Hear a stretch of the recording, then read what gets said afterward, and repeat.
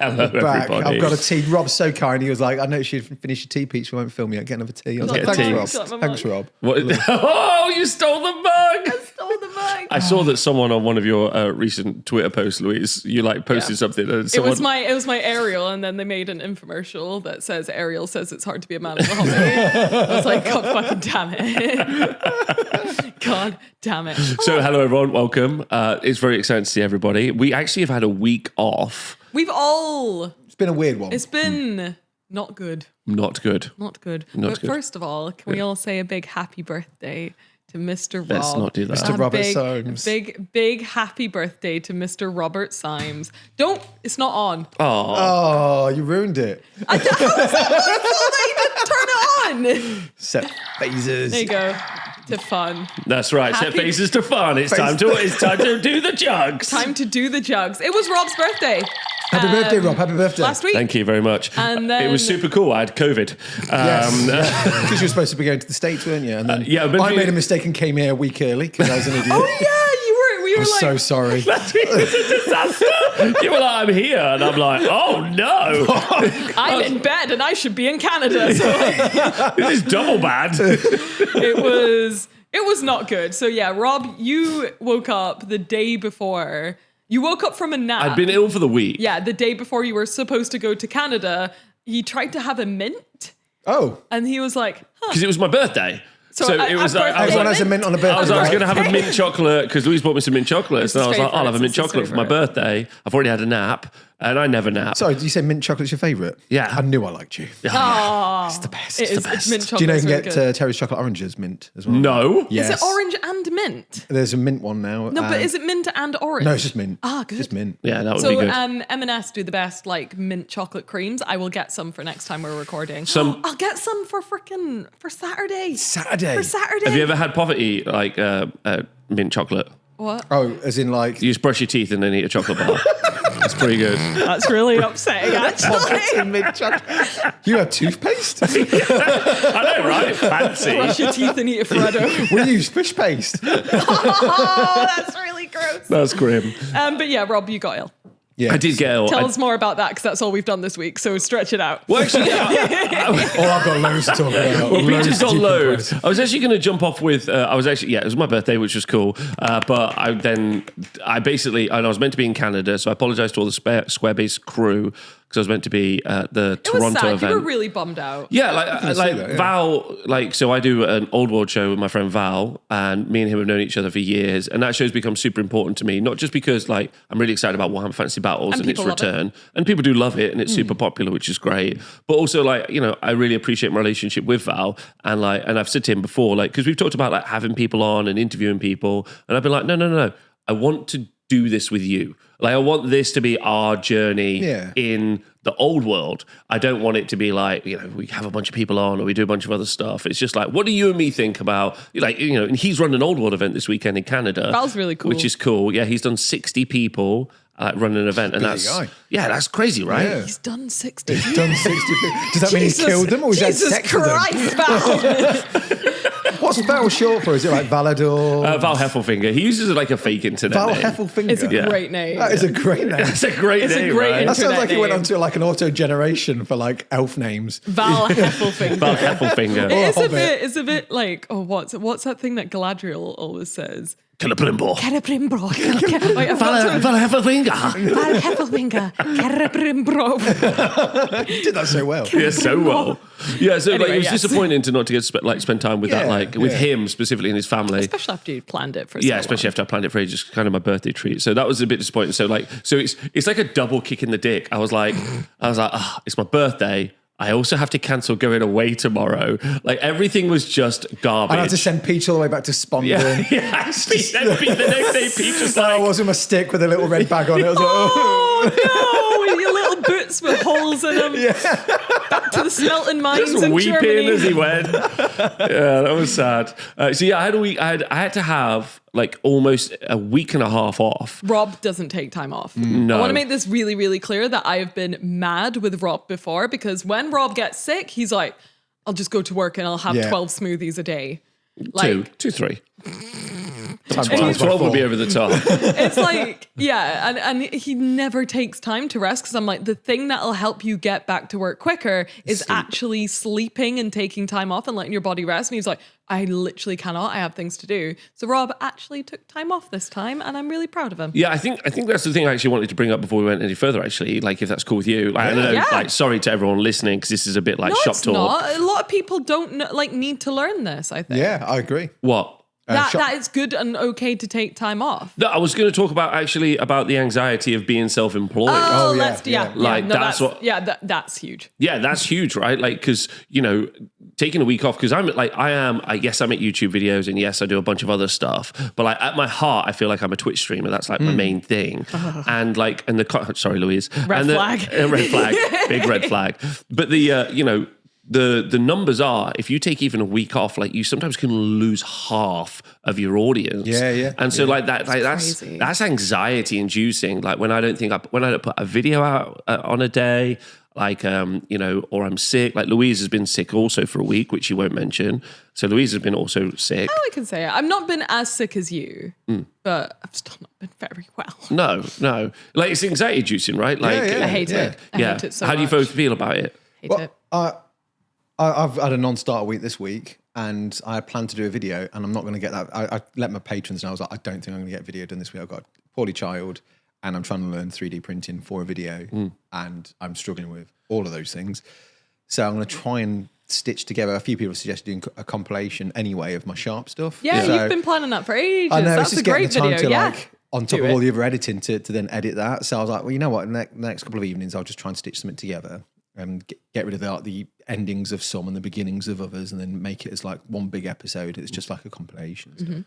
But I'm like that. I'm like, if I don't do a video, will I lose people? Yeah. Because it's going to be a whole week before and also, like, will the something. Patreon people not subscribe to me anymore? Do they hate me now? Like, do they hate me now? I hate it. I'm the exact same. Like, I'm okay. Like, I have these weird, almost like tics in my head that I'm like, oh, you're allowed to miss a video if you've done this, and this. Yeah. And it's ridiculous. Like, I had what Rob had, but not as bad. It didn't hit me as bad as you did. Or maybe you were just stronger, Louise. Maybe I'm just maybe you're just God's strongest soldier after all. In my phone, Louise is written down as God's weakest soldier. So when I get a phone call from that number, I'm like, okay, this person needs help. Preparing yourself for what's ahead. But I was really sick, but I also wanted to spend some time doing my Gundam project as well. Did you want to, or you'd hyperfixated? Which one of the two? We're going to talk about that in a little bit, because that's another thing that is not healthy that I do. But so I came in and I did a little bit of painting, still took it quite easy. And I was like, that's fine, because this week I'll just do a really easy video, which is kind of similar to the video I did last week, but different. And on Monday, Tuesday, I just got a massive migraine headache, and they're the worst because you can't do anything with a headache. No. Like, you just have to stay in bed in the dark all day, and that sucks. I mean, I made the mistakes of going to work when I worked at workshop with a migraine. Oh, every time I did it was a stupid idea. I either crashed my bike or was just uncomfortable all day. And I was just like, why have I done this? And unlike self-employment, during those employees will never remember that, and they'll never thank you for doing that. No, never. So all you do, and I say this to anyone at home, like, you're like, oh, I feel really ill, I should go into work. Don't. They don't deserve that from you. No. Because yes, Peach. Yes, slowly get in there. Let's go. Unionizing and radicalizing Peach. I don't think that's radical. I mean, because I've learned that over the years, and I've gone, and I used to say it to my army painter guys, if you're ill, go. I don't want you here. But I got so when I first, I don't know if I've mentioned this before, maybe I have. When I first moved to England from Scotland, I was like... Did you have a stick with a little red bag as well? Yes. Came all the way like a little hobbit down the street. When I first moved because I moved from Scotland to England for my first ever job, which was at Games Workshop. I was very young. I must have been 24, 23, something like that. And I was a complete shut-in Scotland, never left the house. So as soon as I went to England, sat in a room full of people with the aircon on, I just started getting sick all the time. It's the same illness that's been around for 14,000 years. Yeah, she just, it was the first time she'd got it. Like, what the fuck is this? The Black Plague. Finally, my time. And I was ill really often. And of course, like with that, and having not worked at the company, you take like big pay cuts because you don't get paid for your time. And I was like, well, there's nothing I can do about that. So I used to like come in when I was really sick, like because I was really worried and paranoid and I was having all these big panic attacks about being there and stuff. I was really like, but then my friend Holly was like, the worst thing you can do is come in when you're sick because you're just making everyone else sick. Yeah. And I hadn't considered that. And I was like, oh, okay. So next time I'm sick, I'll like be truthful and I won't come in and like ruin everyone else's lives as well. And then I got like pulled into a meeting because I was sick too often. Oh yeah, you got like what do they call them? It was like either keystones or like flags. You get flags. Yeah. And it's like, oh, you've had 2 illnesses in the same 6 months. How dare you? How dare you be ill? And as someone who like really struggles with the concept of like people thinking I'm lying or people thinking like misunderstanding me in general, I got really upset because like my boss at the time was like, well, we do this because like it could be seen as suspicious. And I'm like, search me. Yeah. Like, I don't like, what do I do? And he's like, stop being sick. And I'm like, I'm not. See, I had to conduct those as a manager. What do you do? I'd get the staff in. They'll be like, I've got to do the coming back flagging, to the back to work meetings. Yeah, fine. the back to work meetings. But obviously, I've got to have this conversation because you've had 3 sicknesses in the space of 6 months. I know why you've had sicknesses in the space of 3 months because you've been ill. You're a human being, and it happens. Wow. Unlike Games Workshop, they think you're we're Space Marines, but we're not Space Marines. So we're having the conversation, and then we're going to carry on with life because I've now done my job. Yeah. I think my manager was like, pretty suspicious, huh? And I was like, it's not though.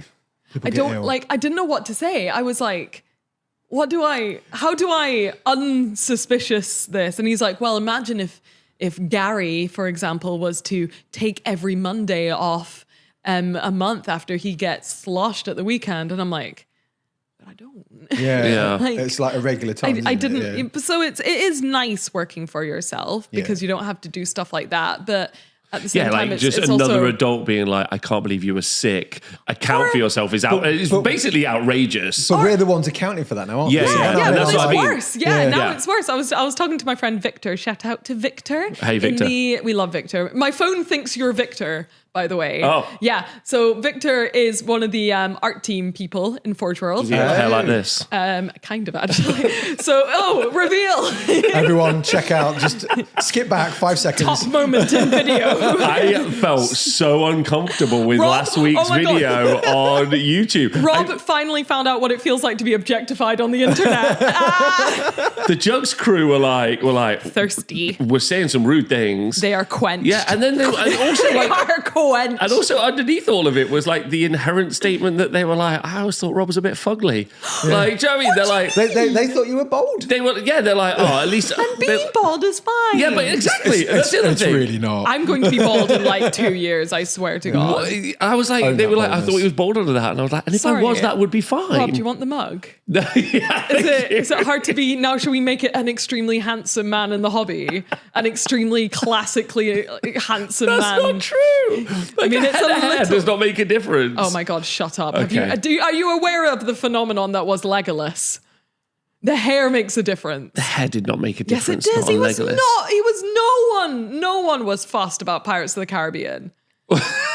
Nay cunt was fussed about Pirates of the Nay cunt was fussed about whatever the fuck his name is. Wee Willie Boots or whatever the fuck his name is. Wee Willie Boots. I can't believe Wee Willie Boots was in that movie. Wee Willie Boots. Don't think that's I love how Louise is pretending like she doesn't have a Pirates of the Caribbean on poster on her wall at home. I don't have a Legolas poster.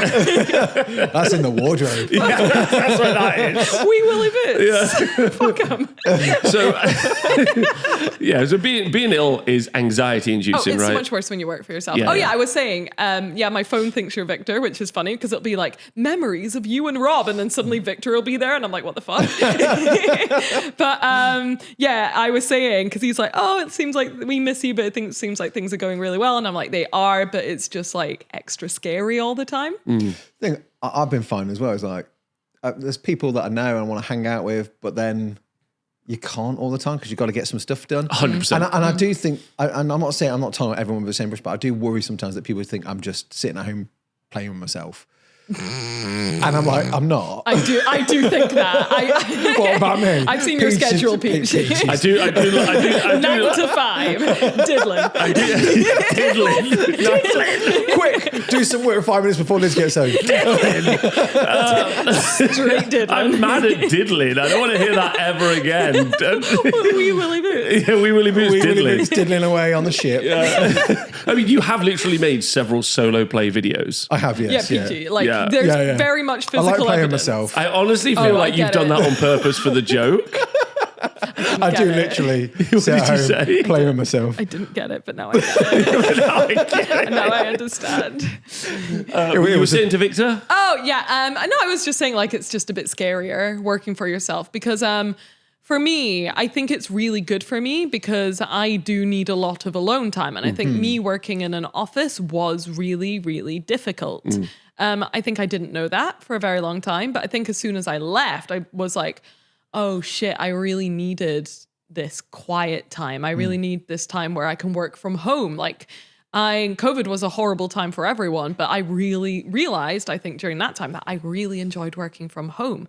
And a lot of people struggled with like self-motivation and stuff. And during that time, I really didn't. I was more motivated than ever. I was more rested. I was eating better. It was just like, and I'm really grateful that I've managed to get that back. But yeah, taking like when everything is on your shoulders, it's scary. Yeah, of course. I think I agree with that because I always thought I was quite an extrovert, but I think I see myself more as an introvert nowadays and that might just be because of circumstances have pushed me into that. I don't know, but You can be a people person and an introvert at the same time. yeah, that's true. Yeah, I'm a bit like that. Yeah. I get. I'm really. Because you're really good with people, but also at the same time, you like your It alone exhausts time. me. Yeah, Yes. yes. I think that's the thing. I used to think my battery filled from talking to people. Actually, I realise now my battery empties when I talk to people. Yeah. Which is more introvert style levels.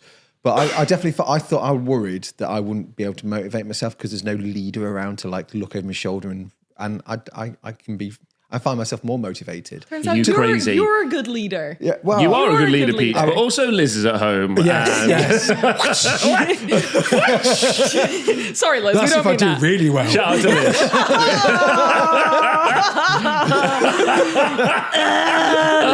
Sorry. Don't need to diddle that day. Yeah. We're going to role play in the dungeon later on. On the Fungeon. Oh, no. Fungeon. But yeah, I thought I'd struggle with motivation, but I find, and I know I get told off by a few people, and a couple of my patrons said you need to take time off. You do. And I probably do, but I don't feel like it's work. When I'm like, I've sent Charlie to school, it's like, 20 past 9. Actually, I'll tell you something I'll do now, thanks to Liz as well, is, let's say 9 or 10, I start actually doing the filming or whatever.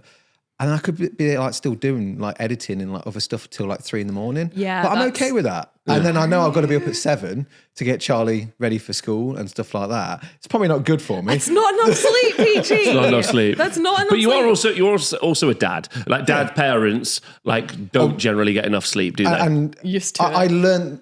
I always never took enough sleep anyway because I like to spend the early mornings painting.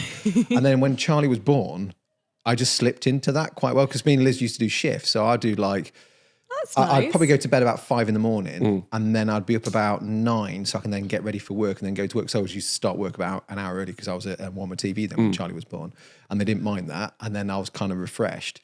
But then I'd stay up till 5. So because Liz had a C-section, so she needed the rest to Bless heal. her. But also she likes going to bed early because that's the thing. That's her schedule. Her schedule. So it worked really well. And we'd have Charlie downstairs.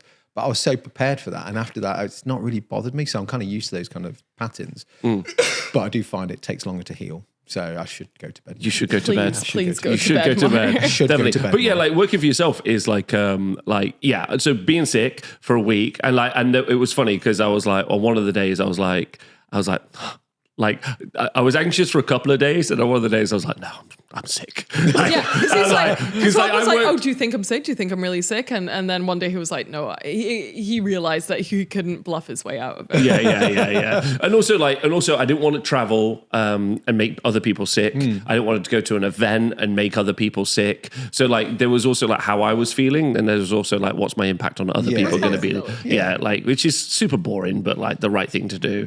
You know, like, and the first time I've ever had to like cancel a flight.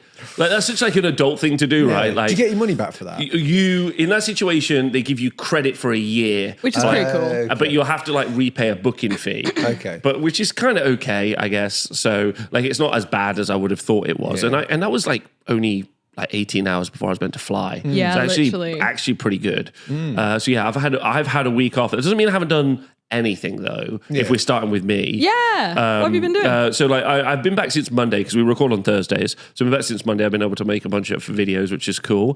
Because I just was like, I'm just going to go in on Monday, and then on Monday it's okay. Then Tuesday I felt a bit better. Wednesday I felt a bit better as well, which was fun. And there's been some cool little updates that's been kicking off in the world. We got to talk about Highlander for like an hour on stream the other Can you day. explain what the Highlander thing was? Because I thought the movie Highlander. No, we talked about the it is movie. the movie Highlander. We talked about the movie. Do you know that the TV series? Yes, I've watched that many times. Me too. But do you know that it's an alternate reality to Highlander? The I main. didn't know that. Yeah. Oh, well, Yeah, it's a I've ever seen multiverse. I did wonder because Connor MacLeod of the Clan MacLeod was the brother of, what's the main character's name? It's not Connor.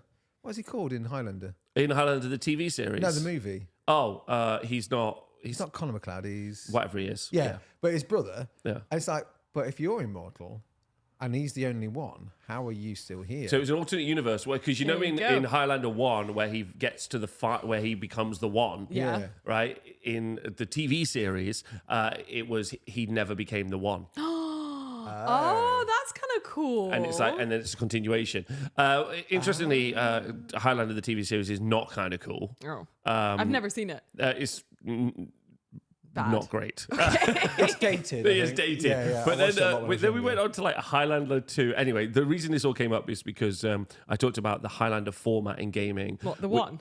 The one. Yeah. It's a really old idea in gaming where if you're going to play at an event or play with a tournament, then and it's kind of similar to Stillmania in some ways, where it's like a concept where in this situation, you can only ever have one of something. So if you've got a unit of goblins, one unit of goblins. Oh, it's like paint your army and that's your army. Kind of, exactly, which is what Stillmania. If no one knows what Stillmania is, it's like named after Robert Stillman?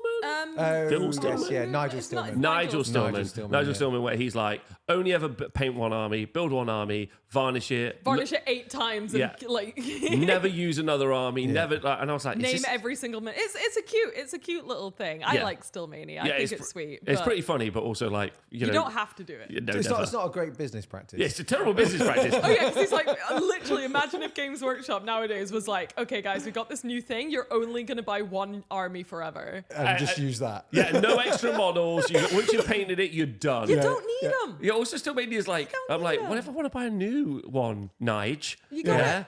You get Nige. Yeah, what about... Well, That's going fuck to have to off. be an alternate universe. Yeah, exactly, exactly. But yeah, we're talking about Highlander because the idea is that you run one unit of goblins, because you know you can only have one, Yeah. and then you know maybe you'd have some trolls, maybe you'd have a boss on a wyvern. That would be the idea. So we were talking about that, which the video did not get received really well because I was talking about it as a concept in Age of Sigmar. Yeah, and Rob came home and he's like, people hate me now.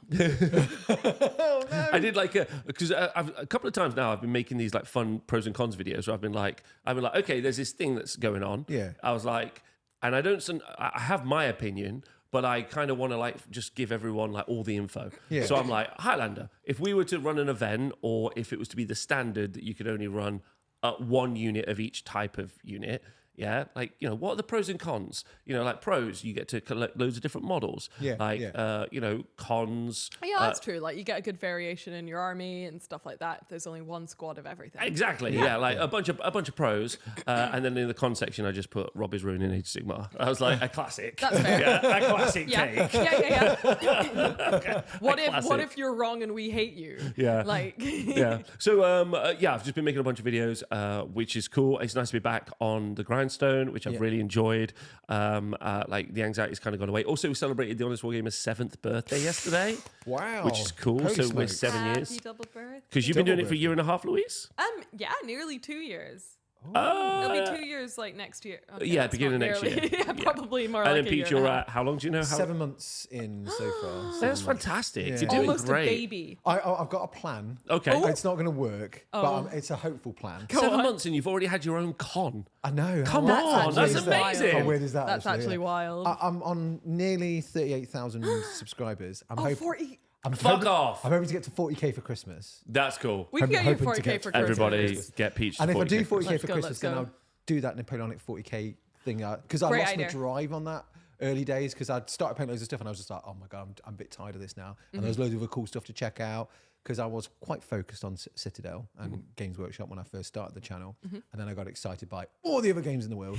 And people really like that you're excited about I think all the it's other good games. to have that and like try new things. And Frostgrave Silver Bayonet really helped push that. And then there's just all these new cool games now that I'm looking at. I'm like doing the Maladin videos, like Battle Systems reached out. That went really very well, right? Let's talk about that. Yeah. So that was mad because they just reached out because I like their terrain and I've not got around to doing a video for more time yet. So I'll probably have to be like, I don't know, November time because it's like the 25th anniversary for in October officially for Mordheim. So I might have to wait till November. I believe so. I'll double check, but I'm sure it was October time. And I was like, I want to do a quick board. And they were like, we'll send you some stuff. So they got like loads of like ruined buildings and things. It's all card, but it's really good card. And then they said, oh, by the way, we've got this new game coming out. I don't know if you're interested. It's got dungeons. It's a dungeon crawler. And I was like, I like dungeon crawlers. Women in dungeons. Yeah, women in dungeons. It's got some scantily clad women in. Absolutely. Did someone I say took a random photo of a dungeon? model that I painted ages ago, which got a lot of love, and I had to like keep like going, it's from here. But yeah, it was just like I was sold on that just by like you have an inventory and then you have like a bag of treasure, but then you can put treasure in crates and like barrels and stuff like that. The token and trinket box element is very attractive. Yeah, I love that. This is for the Battle Systems game. It's got tokens and trinkets for Tokens your and character. trinkets. Yeah. There's a bunch of card related stuff. So what I really like is the dungeon's terrain itself is I check out the video because I unbox it basically, but it's buildable and breakdownable really quickly. It's super modular, so many different scenarios, and then you can make up your own scenarios. The doors are like kind of like half cut onto the card, so they like slightly swing open and stuff. But then there is some gluing, so this threw me a bit. There is a little bit of gluing required, but not much. And it was only on a couple of items, so you got like a couple of crates and chests, and there's like a loose bit, and I'm like, well, where does that go? That doesn't stick in here. You have to glue it, so when you place the lid on the rest of the crate box, it keeps it together. It's a snugger fit, basically. Yeah. There's a couple of like items that have that, but a lot of people are like, oh, if you get pens, you can colour down the edges or get paint because on their photography, it's like nicely painted on the edges, but you don't have to do that. It's within a few people have said to me like, how quick is it to get out of the box? From opening the box to playing, it's like an hour. That's nothing. Yeah, to push out all because all the models Plus all like the tokens and stuff all like the that tokens, too. Yeah. There's like, and again, it's well explained in the instructions, but there's a whole section like this is because there's a tutorial to play, and so you can get used to the rules, and there's like a load of treasure that's just for the tutorial. So it's like, don't punch the rest out, just punch these out to start off with. Fun. So it's not overwhelming. I honestly think there's a good space to review. When I was sick over that, I built the new kill team, not the one with the MDF terrain. Which is the new kill team? It's Is that Hive Storm, so it's got the Vespids, and then some Astra Militarum fellas. Yeah. They're cool. Love Vespids. And I'm like an experienced hobbyist who's built a lot of models, and I would say that took me a day, maybe. And I didn't do much else for that building day. miniatures takes a long fucking Especially Games Workshop miniatures.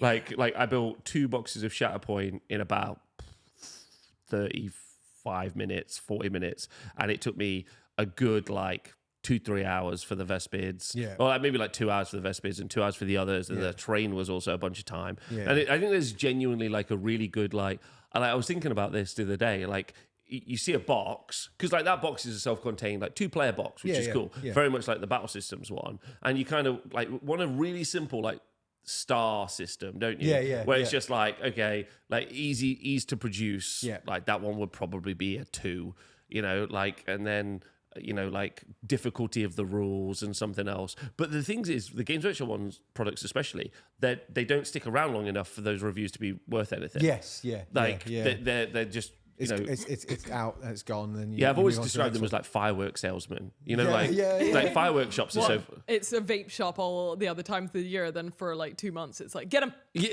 Honestly, like firework. Like if you're not from England, firework shops are a thing where, like, for no reason, a week before fireworks day, Guy Fawkes Day, a firework shop will open, sell fireworks, and they'll be closed the day after. Yeah, you're just gone into the ether, and I don't know how they exist. They're just vape shops every other day of the year. So where are they for the rest of the year? What are they selling? Yeah, exactly. And they also or do they just make all their money for that year then? Maybe. And they also do it with, like, there's also like Christmas shops that do the same thing where they're open for like 30 days. Love a Christmas shop. And they just vanish. Yeah. Anyway, sorry. It'd be interesting. No. I think that's a good concept because it'd be interesting to like review games like from opening the box to playing. How long is it? Because Hero Quest is immediate.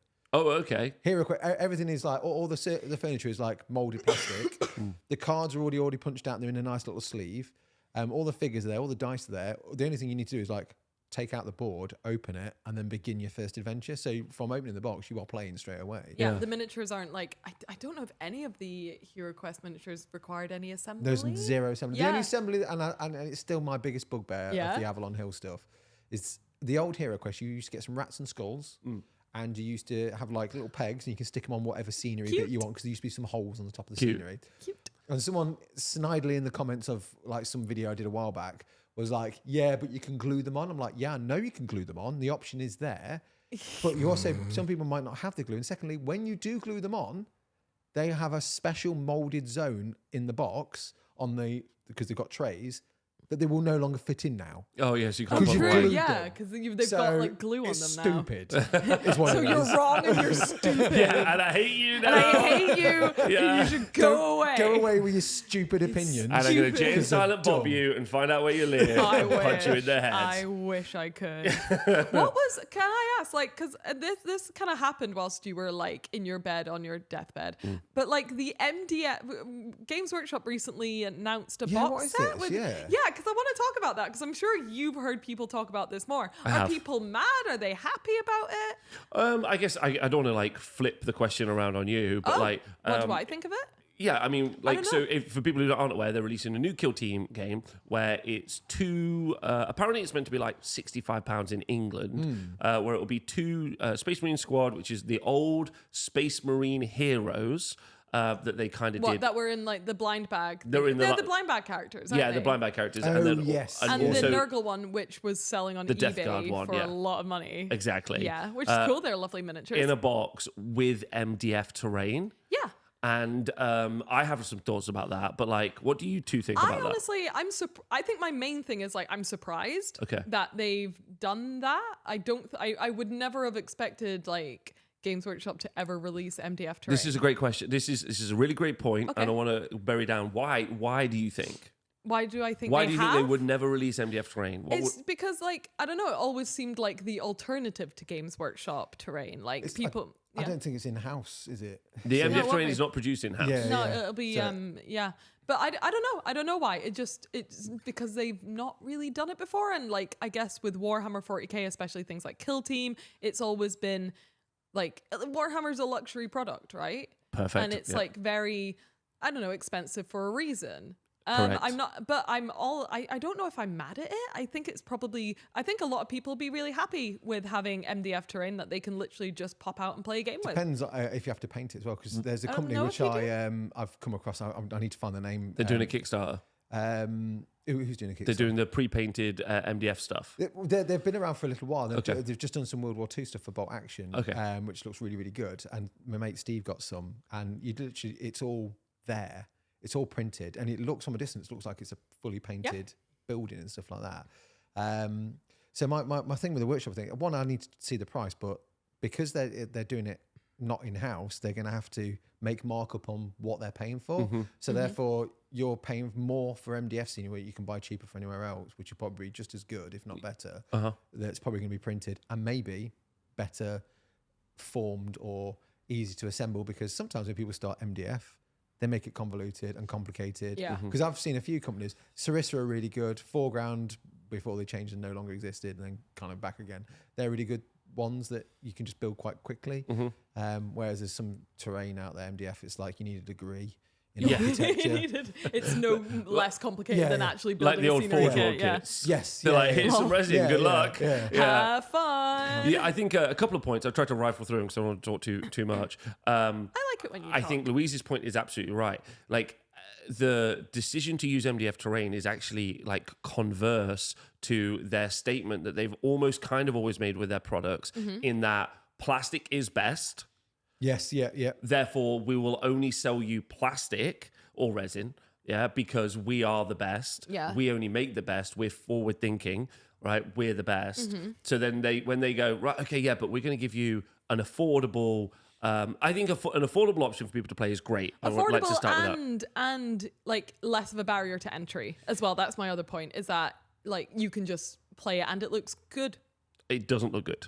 No, but it's there. It's not like you have to paint it crappily. Yeah, that's true. Right? But I think immediately that's already kind of like it's almost destroyed their like what I'm trying to say is like the validity of plastic. Does that make sense? Yeah. If they're like, we're willing to That looks good. yeah, if they're like, we're willing to trade in MDF, you're like, okay, so they've made that a viable alternative. So now, like, if you're an MDF seller that's not Games Workshop, you must be like, brilliant. Like, we're selling MDF we're like Games Workshop. Yeah. Because previously it was the cheap, poorer option, or like at least the perception. I was like, that used to be like the cheap alternative to Games Workshop. Exactly. And now it's the same as Games Workshop. I see. You see what I mean? I don't know. I don't think it's a bad thing. I'm going to say I don't hate it. I think for the customers, though, it's a worse thing because...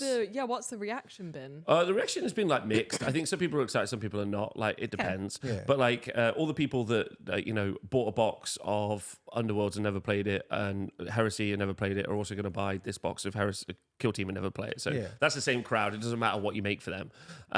But for other people, to me, it really screams that they know now that they can no longer, because they can no longer justify the prices. Like the Kill Team box, which had, I think, a pretty decent amount of terrain, and 2 kill teams and a kill team book, but it was like 140, 160 pounds. Like it was a lot of money, right? And I think they know they're now at the top end of what they can charge for plastic. So now all they're doing is just using quote unquote inferior products, right? But they'll still charge the same price. But they'll still charge it because you work at a workshop, right? They have to have a percentage markup on each product, right? It's like 90%. It's insane. Like everything has to be like a 90% profit margin, which is why they can never make mats that you see at gaming venues, like the neoprene mats, like the mouse mat material, because they know it will just be like you can buy them from like Deep Cut Studios and other people for like 50, 60 quid, and from them it would be like 110, 120 pounds, because they have a just mark it up that much. Maybe that's why like the wet palette thing never. That's exactly what the wet palette thing is. Yeah, because it's a little tub with paper. Well, it's like the palette. It's like the palette and like the tape measure. It's like you've got to give it an extra value to the customer. Yeah, make it look like a servo skull. If they want to, because you can get a tape measure for 20p from a hardware store or 50p or whatever. So why would I want to spend £5 on that one that looks no different, except it's got Games Workshop stamped on it? Well, he's got a servo skull. I'll pay 20 quid for that one because it looks like a servo skull. No, I won't pay 20 quid for that one. I'll buy 20 small ones because they're going to break at some point anyway. Buying the servo skull one. I think the worst thing though is like, and I'm not trying to be a doomer about the product. Like, if you're excited about it, that's cool. I'm not mad at it. Okay, that's great. Yeah. Like the bit I wanted to say was that I think that if you take the concept of using MDF terrain, like, it's self-referential. I think this is Games Workshop's biggest problem. That's it insists upon itself. Yeah, it does. It insists upon itself, Louise. Brian. Because like they'll go to like a 40k event, they'll be like, everything is like a really crap looking, like, ruined city. Like, to me, if I was like a non-40k person and I walked into a gaming hall and they were like, what is the setting of Warhammer 40,000? They'd be like, oh, just there's no cities, there's just ruins. They're like, there's nothing else. There's no greenery, there's no shrubbery. Like, it's just a ruined cityscape. And you're like, no, that's not true, actually. Warhammer 40,000 has got a rich, deep amount of lore with, like, name a type of, like, place that exists. Ice. Ice, yes. Agri-worlds. Yeah, like there's so many types of things, right? Yeah. But they're like, no, it's actually just ruined elves. And then the self-referential, Ruined elves. and then the self-reference is like, okay, that's what 40k is. Therefore, this is what it will be. And you're like, do something else. Like you're the creative company. The orc scenery tends to do quite well. That Orc doesn't scenery insist on I've got itself. some- It insists upon itself. I wouldn't say facts, but I've got some knowledge about that as well. Okay, that's interesting. Intel. Like Warhammer Square-based, I'm going to call it that now because it's a good name. No, thank you. Warhammer Square-based. Old World Warhammer was most of the battles were fought around human areas, human Empire. settlements, the Empire, or somewhere where humans existed. So that's the majority of the battles would exist around those areas, which is why they used to have more human-related architecture, Terrain, and terrain and stuff like that. And then there'll be like some kind of chaosy thing like the Temple of Skulls or the Arcane Ruins and stuff like that. Because it was always the big bads were like goody humans fighting chaosy humans, and then dwarves would rock up and elves would rock up and orcs would rock up. People like to collect orcs, so they'll collect more orcs, and then they'd make that bespoke scenery for themselves. But from the settings point of view and the story point of view, it was always focused on this emperor and around this zone. And it's the same with 40k. Yeah. It's like it's about the expansion of mankind. So when they initially started like trying to test like different scenery kits, like the Tau one, or like Which was fantastic. Which was the fantastic, Tau but- one was What wicked. was the Tau scenery It was kit? like a bunker, and it had the little. Oh no, Yeah, I the do wall. remember. That was fantastic, That was right? ages but didn't do ago. very well. It did okay, but didn't sell out. Didn't like in comparison to like the Wall of Martyrs. I'm not and the surprised, ruins like, and stuff. Well, because it compared to, wasn't like- functional. Yeah. Like, and that's kind of the point. And like, it's not Space Marines as well. that's also true. Yeah. That's also true. And also, that's their metric, right? And same with our videos sometimes. Like, we didn't do a Space Marine video, so it didn't do Space Marine numbers. Yeah. Time to And do a Games Work- Space Marine Games video. Workshop are like, I haven't done a Space Marine, so like, it's not doing Space Marine Yeah, numbers. I mean, it's the thing as well. It's like if you do a Tau board, right, with Tau architecture, that's very sort of focused on one area of the galaxy, and then you're limiting who is actually in that war zone. Oh yeah, because it's like, well, only Tau would be in a Tau war zone, and right? yeah, Like, maybe have some Tyranids, maybe have some Orcs, but Yeah. and then you got to like find real good reasons to get all these other factions. Usually, you can get away with getting everyone in there, but with the ruins of humanity, that's like humanity's shrunk and expanded, shrunk and expanded, shrunk and expanded across millennia. There's going to be ruins everywhere, regardless of what faction you are. So that's why they pitched it more as that, and that's why that used to be like the big concentration for like the kits was always like some form of ruined city. So we kind of early days when I was in the studio, I kind of understood that, but it was nice to see other stuff being made like the Tower stuff, and orc scenery, especially like with Kill Team when they did the first Kill Team box with the orc kind of castle basically and the walls and stuff. I thought that's mega. Oh, Also I do good love for it. I Necromunda. like the orc scenery a lot. Yeah. It's just it's different, and you can still use that for other stuff, not just orcs, which is great. But it depends. I mean, I'll be interested to see the cost of the MDF and if it's pre-printed, because one of the other big challenges of think it's 40k. I think it's pre-printed. Yeah. Yeah. That's it, I that's haven't good. really, like I said, I haven't really looked into it a lot. Yeah. So It's I don't pre-printed, have, I like, think. massive Well, that's opinions. so the big thing that Workshop always had was selling the scenery was hard because people would buy and would rather put their time in painting collections. Not all. I like painting scenery. A lot of people, but not everyone does. Rob right? likes painting scenery. Yeah. I love it. But not everyone does, and the majority don't. And that was always the thing that. But when you see people playing games and stuff, their boards would be a bit sporadic, and they might have a hill or they might have a Temple of Skulls that was half painted. So that's when the rules started to be introduced to make the item of scenery do a thing. Yeah, So have then, rules. then there was yeah. a reason to have that scenery, but even then it was still a challenge to get people to paint it and make boards look pretty. Not that there was some kind of like police force trying to enforce people to make coloured boards Yeah. and stuff, but it's always been the biggest challenge with Workshop is trying to get people to paint the scenery as well as the figures. So like, I'd like to point out two things, like which I think number one, I like to quote my longtime friend Tom Layton from the 40k Spy Center, and he always said that like 40k is an objectively really badly designed game. Okay.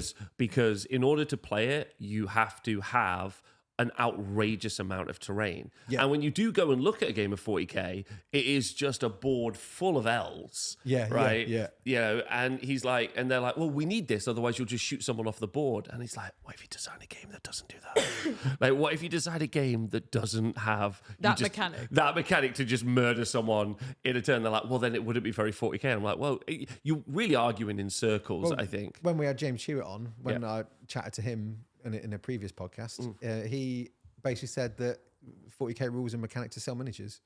Yeah. That was their pitch when they were designing the rules. Like, no, you're not there to make the best rule system. You're there to sell the miniatures. So that explains that. I mean, I like compact scenery. like if you want to reenact Stalingrad or something like that, you want like brickwork and ruin buildings everywhere. Yeah. And places to stick your models so it looks ruined and stuff. If you've seen like Enemy at the Gates, that's the kind of scenery you want. But you also, do you want a game system that's like completely cluttered and it's molded? Because then it's not very modular. So maybe a rule system that accommodates a little bit of both. I just thought it's really odd that they don't make maps and then sell a map. Yeah, like yeah. that's such an odd. What do you mean? Like, what do you mean maps? Well, so like it also always feels like they're a dog chasing their own tail, right? Like in the production, they're like, well, this is the stuff we have, so we've got to make rules for this. I'm like, you decide the stuff that you have. Yeah, like yeah, you create this. But what I mean is like a map. So like take it like a town, like an orc homeworld. Yeah. They can just be like, pick a town. We made it up. It's our business. We can. Yeah. It's got a name. This is what it looks like, and here's the terrain, and here's the map. Yeah. And guess what? 40k works Oh, that'd be fun. on this map. Yeah. And you'd be like, huh, So, really? yeah, that sounds really good fun. I really like that. Yeah, Like, like, the well, old campaign books used to. Like Yeah. the You you old could do world so ones, many yeah. things Do with some it. Eldar one with some special rules for every map. Like it's got like a psychic beacon that's fallen down. So on And you every can roll just have of the a 4 map. plus, you get negatives to your psychic abilities. Perfect. That'd be fun. And you could just rotate the map. Like you can be like, well, we'll move the buildings around, but like apparently, like That they sounds just- fun. I would make that. I mean, they did the map years ago of people on a campaign that people love. Was it Vogan? I want to say Vogan. And that was in like a couple of the White Dwarfs as well. I think it was in some rule books or something like that. And that was just, you fight over this area and there's like a big palace or city hall, and every like room has a reason to capture it Oh, that's because you get fun. benefits and stuff like that. It might have been the city fight book, but I think I want to say Vogan, but it might not be Vogan. It might be I like, think having a map is fun. yeah, I think I having agree. I yeah. think that would be really cute. All right, I want to find out Look. what I want to find out what you two have been up to, because I feel like if that's okay. yeah. But can I talk about one thing before we Yeah, do? yeah, Yes. Because one other thing that has happened this week, which is quite exciting, apart from weirdly 30 chairs turning up at the venue. Oh my god, let's not talk about this. If you ordered 30 chairs Oh, whoa. in Nottingham, Pick them up. The first thing I want to do Yes. is I'm I want to curious. thank whoever did this. So in a previous video, Louise hold it back. Louise, there you go. There you go. In a previous video, Louise says that we can't use a drone. We're not, the boys aren't. I said that the boys weren't allowed a drone because they're dumb. And so someone online, and they probably have left us a message somewhere. So I'm going to find that and shout you out on the next show. If it's you that sent me the drone, tell me. That is amazing. So now That's we have a absolutely freaking amazing. drone. Thank you. So I Thank you. want you to know we're going to do a Juggz Go Wild. Yeah. Yeah. Oh, what do you mean? Like we're all going to be released in the woods and someone has to hunt us? I absolutely The drone think. follows Yeah, I think us. we should do an outside excursion for Juggz with the drone. What do we do with the drone? I don't know. Like, but Should they we said- attach like a minute, we can do a Space Marine drop pod POV. Oh, we could do all sorts of POVs. Yeah, we could could. do like Tyranid High Fleet POV. Yeah, and there I'd run you go. around with a Space Marine attached to my head, and you have to chase me. And you said it was a terrible idea. I have now Can I come do round. Goblin Doom Diver POV, please? Goblin Doom Diver POV. Oh my gosh. It's all over. I love this. I've come fully around in the last 5 seconds to the drone. But yes, thank you. So that's Yes. adorable. Thank you to our very lovely much. followers for these very nice gifts. That's very nice. We'll do something with it, definitely. We'll do the Well, Doom I've got, Diver I've got POV. a Sith robe. You apparently got a white I robe. don't, Peachy. Oh, yeah, because it says on this for filming lightsaber battles in the car parks. I'd like to suggest we do a video because I used to We're teach. gonna get kicked Oh, yeah. out. I Oh, used to do kendo. Who? I did. Oh, okay. I used to teach people Filipino stick fighting. this is my impression of Rob. But faster. This is my impression of Louise. That's accurate. I'm not going to contest that. But I could teach you both, and then I'd love that. imagine that as a YouTube. Like I taught 2 YouTubers to become Filipino stick fighters with lightsabers. What I would like is Yeah. both me and Louise to do like a really bad choreographed fight with lightsabers Yeah. and then leave it to the internet like Space Star Wars Boy to just like take that and make it even better. Okay, all right, deal. With like laser shots Deal, as I yeah. spin around and Thank fall you. on my ass. Yeah, that would be really fun. you could fall on your ass, but then it's a black hole and you get sucked into it. Oh no. Yeah. That is my ass. That's right. All right, so, but the last thing from me this week Yes. is this. Oh, is it what I think it is? It is what you think Exciting, it is. exciting, so it's exciting. Pretty, so it's pretty fun. So this is the first copy. Do you have another one there? Yes. I have the other one here. Can I have it? Yes. So hold on. I'm going to give. Lord have mercy upon us. So this is working. You haven't seen it. Here you I go. haven't. She mentioned it, Morgan. Yeah. So working in our building is a group of people called Caesar Inc. Right, and they are game designers with like years and years of They're experience. so cool. We love them. They're super cool. Super cool guys. They're the coolest people. So if you're an RPG person, so 2 books have just been delivered, which is cool. So these are the first copies. So we got some hot and fresh out the kitchen. There's I loads love of them. maps. So Good actually, maps. Peach has got I have the rule book. Peach has got a campaign book. And they're cute, Peach, yeah. there's 310 commissioned pieces of art in that campaign book. There's a lot of art. It's lovely. Zero AI. Zero AI. Commissioned by Nice. actual humans. Yeah. So 310 commissions. So this book, this is a shout out. And if you are like an RPG, the setting, And if you like spooky stuff. is medieval horror. Nice. So this is the rule book, Doom Song the Rule Book by Jack Caesar. There you go. Doom Song the Rule Book. Oh, that's so cute. It's got his name on and it. the USP, Maps. Peach, which maps. is we're going to do a game of this if this is cool Yes, with you. that's great. But the USP for this book, and I'll show you the inside, is that they Oh my God, it looks so good. They've been banging on about the fact that which I think is really good. Hallows Gorge. Is about their. They say their character creation is the best one out there. Oh. So look at this. Like, Yeah. We So love character creation Yeah. as well. character creation is so like the different lineages, different outfits, a bunch of different stuff, and then that Peach is the Gold first. ink as like a third, and we're looking at the. Oh, what Louise as a graphic designer? What do you think of the book? It's stunning. They've really put a lot into it. The obviously I love the aesthetic and the artwork. It's Of course. very me. Yeah. If you like things like Morkborg and Turnip 20A and stuff like that, this Yeah, is yeah. definitely up your street. They've put a lot into like the printing of the book as well, Yes. and the aesthetic of the book is because it's got that amazing texture on the paper, which like it's not like a glossy paper. feels medieval. Yeah. Something else, I've got a couple of old Middle Earth role-playing books, Yeah. and there's like a bunch of maps in there, and a lot of the stuff here reminds me Yeah. of like the maps from that. And yeah, that gives me like old school sort of 90s, 80s vibes of like D&D. But done by So but done by modern game designers Yes, who yeah. get commissioned by some pretty large studios. I don't think I can say which studios because they're under NDA, but they get Ooh. commissioned by some fairly large studios to do their design work. You know, Look at these character things. Yeah, what do you think? So good. Like Yeah. these are like your different, I think, like character paths, like jobs you can have. The I think it's great. So like the Hanged is great because it's like you're dead. yeah, you're dead. Make another character. Make another character. Oh, yeah. God. Yeah, like, so one So of their good. things is that they really want characters to die. Yeah. Like because they think because they're saying that the character creation is such a fun process that they don't want your character to like live You don't a want lot. a character Yeah, for yeah. like 5 years. Yeah, they want Make you to another like. character So 'cause if it's you are fun. an ADHD riddle goblin out there, like then you can just keep burning characters all day. And then the Nice. campaign book, Peach, Yeah. is you start out you are a gravedigger. Right, with a bunch of other gravediggers, obviously. You're a gravedigger, So funny. and then the first horseman of the apocalypse has been unleashed. Oh, wow. Right, so you're like a regular gravedigger, yeah, and then all It's of so funny. Chris was explaining this to us, and it's so funny. Tell me. It's I was just Yeah, saying yeah, he was yeah. explaining to you as Yeah, well. yeah, and it's pretty cool, and it's just nice to see because they work in the same building as me and Louise, and they're really lovely people. And then they took a massive risk in being like, we're just going to spend a year building our own game and thing, and then trying to launch it. Yeah. And that's like, and That's scary. we can all identify with Yeah, that. yeah, Like, start your absolutely. own business, build your own creative thing. That's pretty scary, right? But also commissioning this much artwork, like they've put a lot into it. It's so beautiful. It's like there's like little flashes of colour on some of the Yeah. pages, like bits of blue, bits of Stunning. purple, and stuff like that. I really like that. Yeah. No, it's nice. Anyway, so I just wanted to tell you about No, that, which is cool. I love it. And if you are a Juggz head and you want to support like a creative business, then Doomsong is Caesar Inc. Doomsong, and I'll put a link at the top if that's yeah. okay with Oh, you No, too. absolutely. please, yeah, No, by I'm all so means. happy I mean, with Again, no Morgan was telling me- sponsorship. This is actually They're just our friends.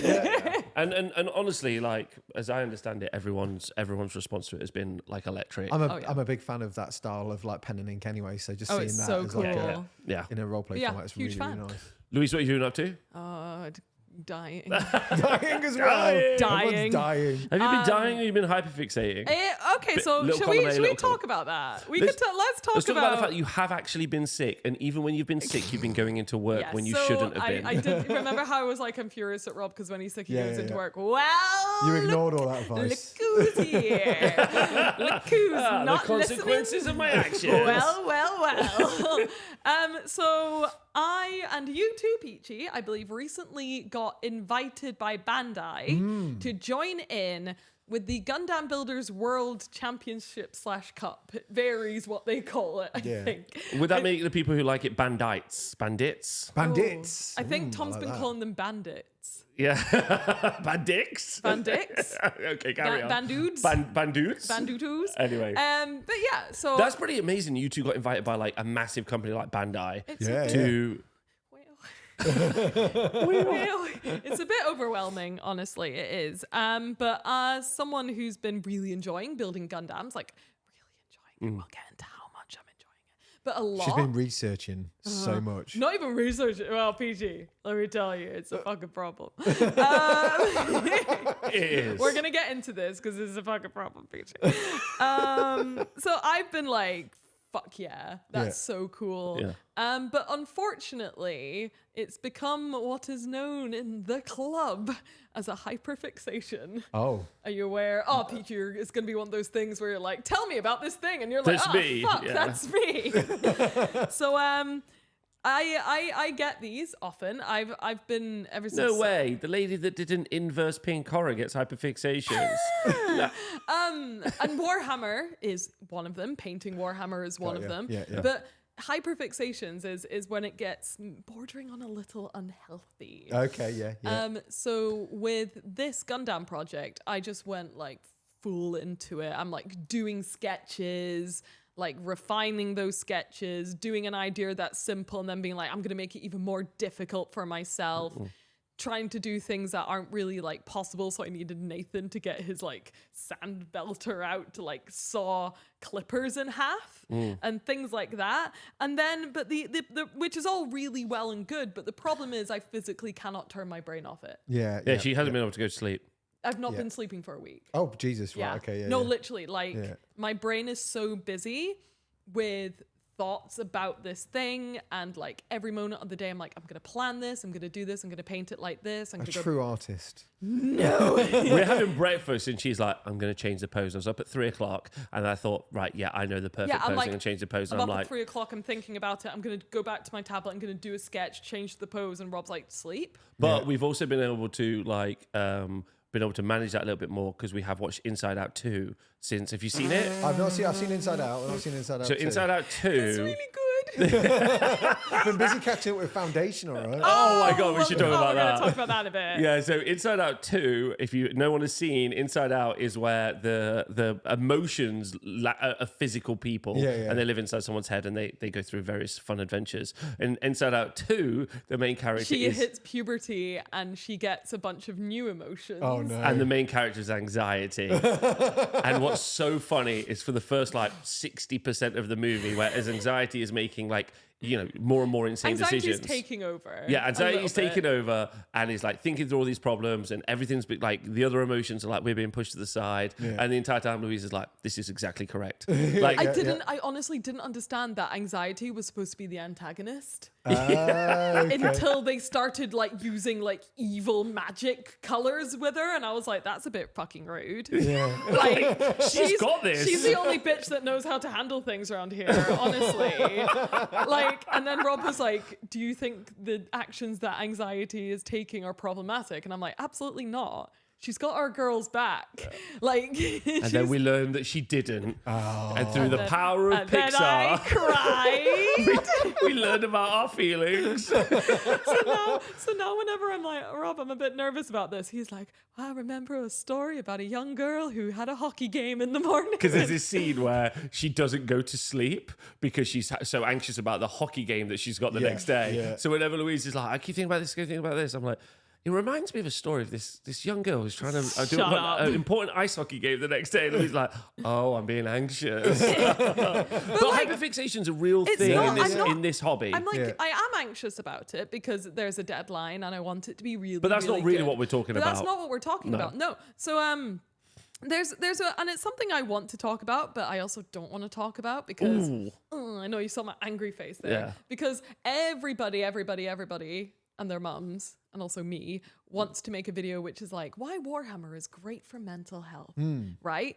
Because it can be, but fucking a lot of the time it's not for me. Like I kind of want to talk about like if you're someone like me who does get anxious, stressed, and hyperfixates on things to an unhealthy degree, it can be real bad for you sometimes. So I'm really happy that I finished a big milestone in that project. I finished my Gundam. Yeah, you painted it. Because I painted it and then I went home. I was like, Rob, I can finally die. She literally just went to sleep. She was like, the project is over. I've still got loads to do, but I think that was the thing that I was very much like, I need, because it's the Gundam building World Cup. If Can I ask a question? Yes. Is it that you're, because this must happen with painting as well. Yes. Is it that you're trying to get the idea that's in your head out in the world? Everything. It's everything. Okay. It's like, because for me, and I'm sure for Peachy as well, it's also about the storytelling aspect. Yeah. So Okay. in your brain, it's not just, there's a wee woo.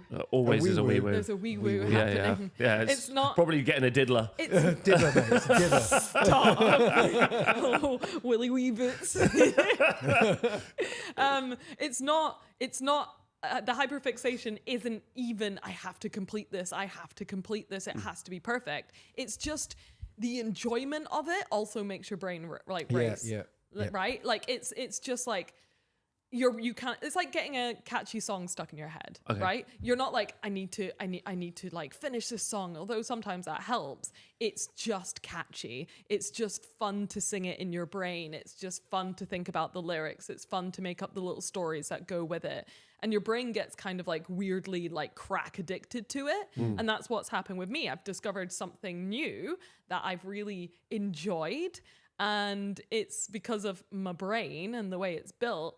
It latches onto that serotonin that I get from it. And it's like, cool, you're going to spam watch all of the animes. You're going to learn all the characters' names. You're going to think about it before you sleep. You're going to like build the miniature and it's going to be the best miniature ever seen. You're going to hand paint everything. You're going to like put... It's a lot of pressure to point yourself, isn't it? Yeah. That's why. And then like, that mixed with not sleeping because you're thinking about it so much, it's very tiring. And then also being ill at the same time. That does, yeah. But it's been really good fun. I've managed to, what did you say, weaponize it?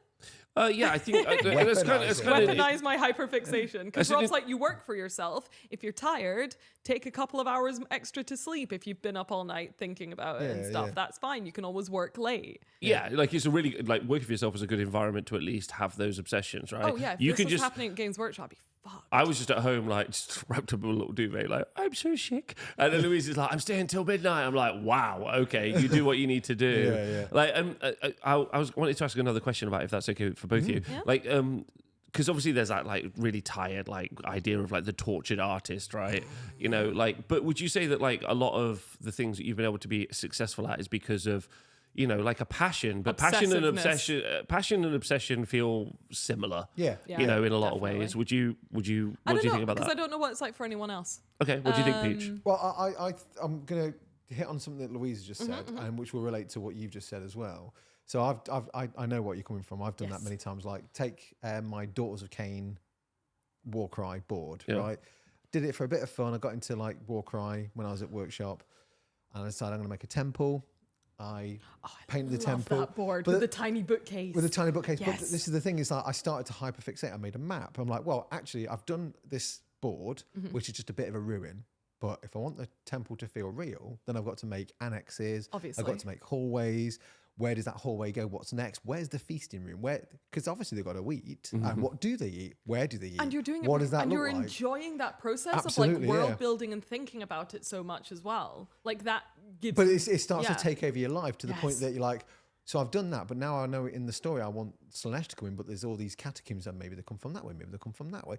Where do they sit in the world? How does that work in the world? What's near buy? Is there going to be markets and places that they can raid to get equipment and stuff like that? So you end up making this whole ecosystem, like the Sharp game I did. My battle report for Sharp, the biggest mistake I made was putting a map of, because I thought it would be quite cool when one of the guys is narrating and saying where your mission is, you've got to go to this, find these guys that have gone missing. I used a real map and drew my own version over the top of the real map and went, this is where you go. And I'm like, but now I've localized that and that takes so long in miles to walk there. So that's probably going to take a day to get there, a day to get back. Ruined your own canon. So also now I need to make sure that wherever I pick after that is within a reasonable distance to march and come back. So now I start making all these extra rules for myself. And I'm like, well, I can't just put the cross there. It'll look cool, but can they get there in that time that I've said? Would that make sense for the story? And I'm saying that this guy's coming through with a shipment of silver that they're going to raid. World building's hard. Yeah, but it can't come that way because that's where the British are. What, the French are just going to walk through the British lines with all the silver? No, of course they're not. I'm going to have to find somewhere else for it to go. So you start to do all this hyperfixating. And I used to do that with workshop stuff when I was doing like the Ventrally Nobles or the what they call the Nilak dynasty or all the other things like the Empire Army I did. I'd made sure like these regiments had colours, like, right, I want these to be from this area of the city. I'm going to call them the Westgate Wardens, but where is the Westgate? Well, obviously it's going to be in the west, but whereabouts in the west? How big is the city? Gate. Next to the gate, hopefully. But is the gate big? Is the gate small? Is it worth having a garrison there? Yeah. What's next to the garrison? Do they have like, and it just, takes over. I get a bit involved. I thought you would. I had a feeling that you would also be like this because like you're like me as well. And it's almost like you play with the miniatures as well. That's part of the fun is literally playing as well. Like even when you're like setting up photos of miniatures and stuff like that, it's like you're setting up a little story that's going on in your head, and that's really good fun.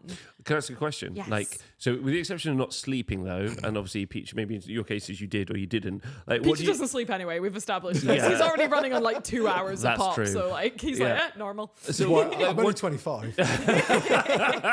What do you think is like?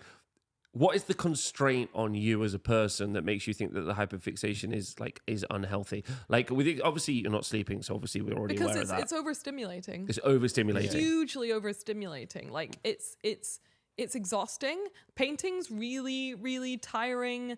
It's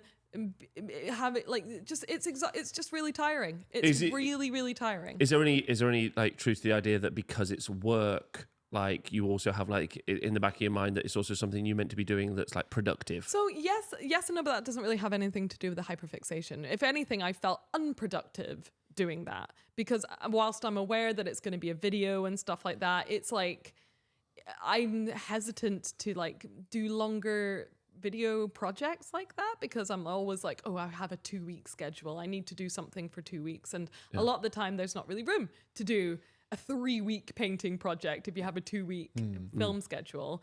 So I also felt a little bit guilty maybe doing it. So, but that didn't really have any. Well, no, but that does have something to do with it. You think? Like, yeah, of course. Like if you're like, because I think a lot of people listening to both of you talk, everything you're both describing is something that's super cool. Like, and is it? Yeah, because at least the thing that you produce is super cool. Like a lot of people don't like see how the sausage is made, right? Yeah. Like.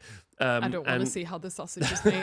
No one does. I wish not for that. Not from Jimmy Boots or whatever his name is. Wee Billy Boots. Yeah, Wee Billy Boots. Wee Billy Boots. But I think a lot of people who are watching this are going to be like, oh, I absolutely adore both of yours two's creative processes, or at least the creative output. Yeah. You know, there's loads of people who have loads of great creative output, but they hyper obsess. Yeah. I always think about Max from Tony 28. Like, oh my gosh, obsessive. He's obsessive. He's always talking about the thing he's like. He's incredible though. Yeah, you'll be like, oh, I was thinking about flowers. He's like, maybe I could put flowers. I'm trying to do my Max impression. Maybe I could put flowers into turnips and they could emerge. And you're like, all right, Max. Just be awesome and fabulous all the time. Just be fantastic. But I think a lot of people will be saying that. But I think from an outside perspective, I would feel like your obsession or like the hyperfixation probably is anxiety inducing because you have other pressures where you should be be doing work. Yeah. I can imagine how it would be. So for me, luckily, I am planning on turning that into a video, and I planned a shorter video for this week. And if I wasn't ill, it all would have turned out really good. Yeah. But let's say I got hyper focused on playing Skyrim again. Okay. Because that happens a lot. That's good. Good game to get hyper-focused on. I do the same. Did you see that Minecraft is coming to VR? Yes. Which means we can put Charlie Peach in VR. Gonna love that. He will just start running into a wall. He's got a bit dark of late. He likes to make lots of villagers, then lots of pillagers, and watch them die. Jesus, Charlie. And he's like, I'm gonna make some iron golems and fight them. I was like, they attack you too. He was like, yeah. You know they're mostly friendly. Yeah. Someone suggested we get a Juggz Minecraft server so we can all play together. Oh, we can get realms. Yeah, we can do realms. I'd love to do a Juggz Minecraft server. Can we? Well, speaking of which, realms only has 10 people on it, so you want a server, then not a okay. realm. I'll investigate whatever the fuck that means. But I want to mention about hyperfixation. Yeah. Go. So I got a few things. I find it can be super positive, but also a massive downward spiral as well. Yeah. Because I'll be like the sharp thing. I'll be like, I make massive tick lists. I'll be like, I want a British force, I want some French force. What do they look like? What do I need? I want some baddies. I want some vampires. I make these little tick lists of things I need for my game, but also for the photography. And just for me, because we are similar because we also do tick lists for all our little hobbies as well. Our little censuses. Censuses, yeah, and that's part of it too, right? Yeah. But you need that, and that helps guide me as well. But then, as I'm doing the project, I'm like, it'd be really good to have some tents and have a camp. So I need to get some tents and make a little campfire. So I give myself this extra work, but I know the payoff is going to be great. Yeah. But there is the short term of like, I need to get this thing done. I can find ways of getting that done. But then I have these moments of crisis when it's like, I should be editing tonight. I will need to get that video edited. But I really need to do these things as well. That's kind of hobby and a bit of work down the line in like 3 months' time.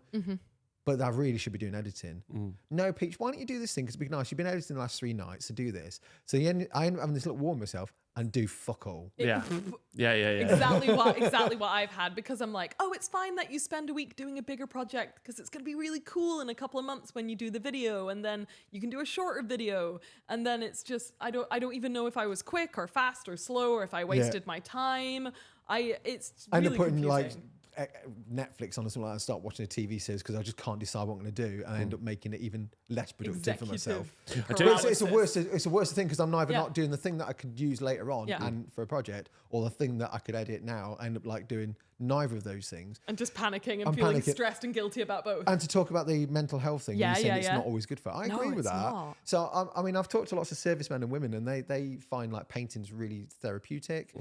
And I agree with that because it can be like, it's your space, you can clear your mind.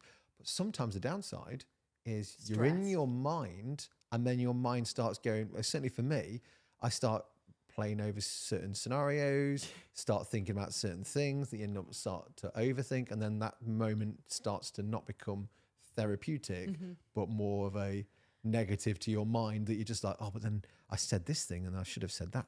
I wonder if they thought this. That's my nighttime thing. Yeah. When your brain's quiet, that's when your thoughts start to be loud, and that's a problem. Yeah. Like, thankfully, I don't have thoughts. I know. Rob just hits the pillow. He's like, time to go. I don't get that. Liz does that. And Rob doesn't dream either. So because I'll wake up and I'll be like, I had a dream that everyone died, and Rob's like, wow, I'm really sorry that I think that happened to you. Like, he just clearly doesn't understand. No thoughts. Yeah. I mean, like, managing your time is also like, I need you both to know that I kind of I've really enjoyed being overworked in some ways, because I don't really get to decide what I'm going to do. It's decided for me. I'm like, I need to edit Juggz today. I need to edit Juggz. I need to do a stream. I've got an event at the weekend, so I've got to clean up the venue. I've got this other thing I've got to do. And you stream every day. Yeah, and I stream every day, and I'm like, cool. Like it's like I almost have like been like heaped it on my shoulders. So I'm like, no creative like decision making. Wiggle room, yeah, loads of wiggle room. But there's loads of videos I actually really want to make where I keep trying to free up some time where I'm like, I want to make this other video where like it's more of like a long form piece, or like there's I have a list of them that I really want to make. Painting video is slopping. Yeah, slopping. I want to make my next painting video slopping, because we're nearly 1 million with Slapchop. I can't believe it. Yeah, I'm furious. They need another 60,000 views. So if you want to watch the Slapchop video, go and let me know. Yeah. That'd be great. 60,000 times. Don't subscribe to Peachy instead. instead. I need my 40k views. Rob doesn't need any more views. He's already got them all. So yeah, I get like when I get the point where I can be free to do what I want to do, I get a little bit overwhelmed and I'm like, I just shut down. Yeah. Which is why, like, one of the things that I've tried to do is, now that we've moved house and everything's all sort of sorted, I want to set up a paint station at home, because normally painting is like the last thing I'll do in my day. If like, Rob has some free time, if he's like waiting for something to upload or something, he'll just do a bit of painting. but I'll do painting because I'm like doing it because I have an event this weekend and I really want to play with my Stormcast army, but they're not finished. Yeah. Right. But once I go home, there's no painting at home. I really want to. I've got a Shatterpoint event that, in a couple of weeks. I'm really excited. I'm painting on my Ewoks. But again, like, I can't do that when I'm at work because I've got like 7 other jobs to do at work, which aren't painting. Yeah. Painting isn't my job. It's the thing I want to do. So I really should do that at home. Yeah. And then Louise quite rightly is like, you can't be like, it's 9 o'clock at night. She's like, you should be at home having dinner.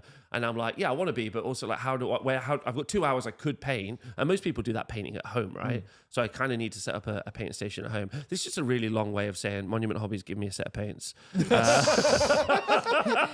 Please. A certain set of signature series. No, not a certain set of every paint. I want every single paint Rob so I can wants paint at home home. paints. Because I have them here to do all my painting here, right? If they are watching this, he's stealing mine and it's a problem. I'm not stealing hers. I would never do that. So Louise, sorry, Yes. you were saying that you've painted your Gundam. Oh, yeah. So, and now I'm going to make a little video, which I'm going to record right after this. This is cute. And what's the video going to be? The video is going to be about, like, so I wanted something which was like nice, positive, and easy to do, which is fun.